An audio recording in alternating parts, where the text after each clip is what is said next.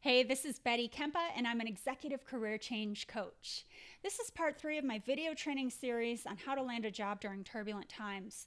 This is about you proactively getting ahead with your job search so that you are the first person in mind when a role opens up. When the world is unstable, guys, it's up to you to control the controllables, okay, to empower yourself. This is going to supercharge you to the head of the pack when everybody else is sitting on their hands. Now, this is necessary when, on average, not even talking about being in a recession, on average, 250 applicants are applying per job opening, okay? I want you to be on the top of that pack. I want you to get your foot in the door before anyone else even applies, okay? So far in my video training series, I've covered step 1 is your resume. I've covered step 2, your cover letter. I've covered step 3, how to optimize your LinkedIn profile. Today, I want to talk about your elevator pitch. Okay, this guy here. Now, why does that matter? Why does your elevator pitch matter?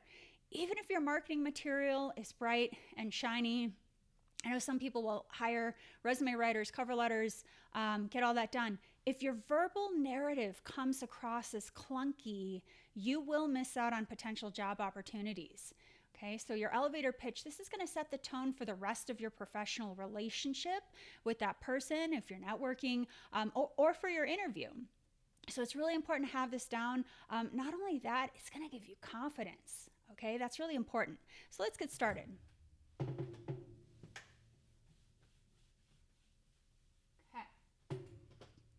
All right, so a couple things to note here before we just dive in. There are different types of elevator pitches, okay? There's in writing. Okay, so if you think about pitching via LinkedIn, pitching via email, there's also in person.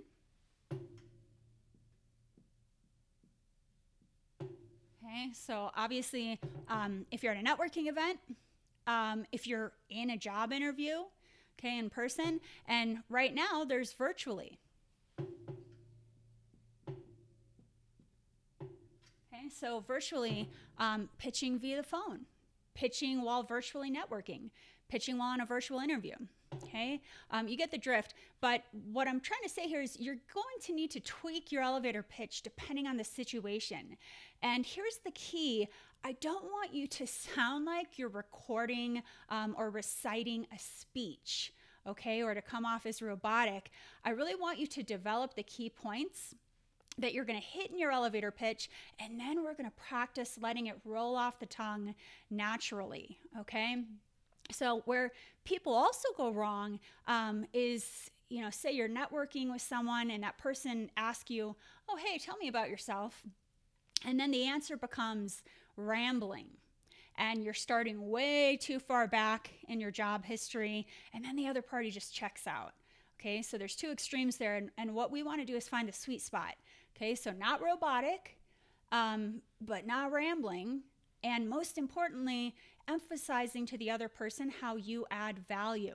Okay, so today I want to talk about some of the key parts of the elevator pitch. In my 6-week Job Search Accelerator program, we're going to take these key points, we're going to customize them to the situation so that you have numerous scripts on hand for any given situation, okay? Now, imagine you're in an elevator with someone, okay? So I'm going to get literal here for a minute. But I want you to think about you're in an elevator and it's with a key decision maker at one of your target companies. And they say to you, tell me about yourself, right? So imagine having 30 or 45 seconds to pitch yourself before the elevator gets to that person's floor and you lose them.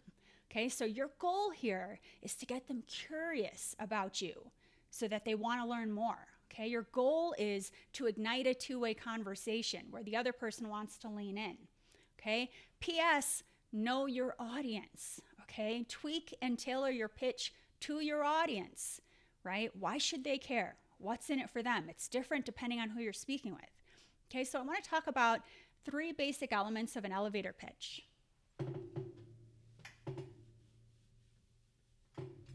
Okay, so first, who are you? What do you do? Okay, so sounds obvious, but state your name. They may not know you yet. State your title. So think about your expertise. The more specific you can get here, the better as well. So when you're networking, people tend to remember you better if you're talking about being more specialized than generalized. And you're also more likely to be referred for a role. So think about that.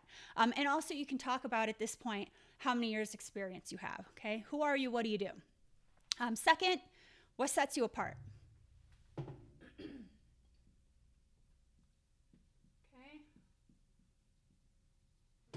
So what sets you apart? What value do you bring to the table? What is the benefit or ROI that you're bringing? So think about this. There are two people talking to each other, right? And you're talking away, you're giving your pitch. That other person is thinking, well, how does this apply to me? What's in it for me? Right? So really tune into your audience here when you're talking about what sets you apart and what you bring to the table. So some different ideas here for you to kind of think about. You can talk about an interesting project or accomplishment you've had, right? So most recently I've been doing XYZ with my time, or hey, an interesting project I've been working on lately has been ABC. You could also talk about here your why, right? Or what you're passionate about, right? My favorite part about my current role is when I get to do ABC. And obviously your strengths, right? So that's what you want to bring up here. So what sets you apart? 3 is what you are looking for, okay?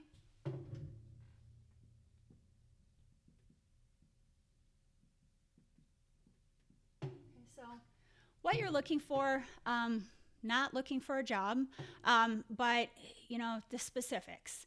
I'm looking for this type of a company. I'm looking for this and something in this type of an industry. You could talk about the type of company culture you're looking for, the type of values in a company you're seeking. A really good one is to talk about the type of challenge that you're seeking out, right? So this one is really important because when you talk about, I'm seeking out this kind of a challenge in a new role, it's tuning them into your ROI again, okay?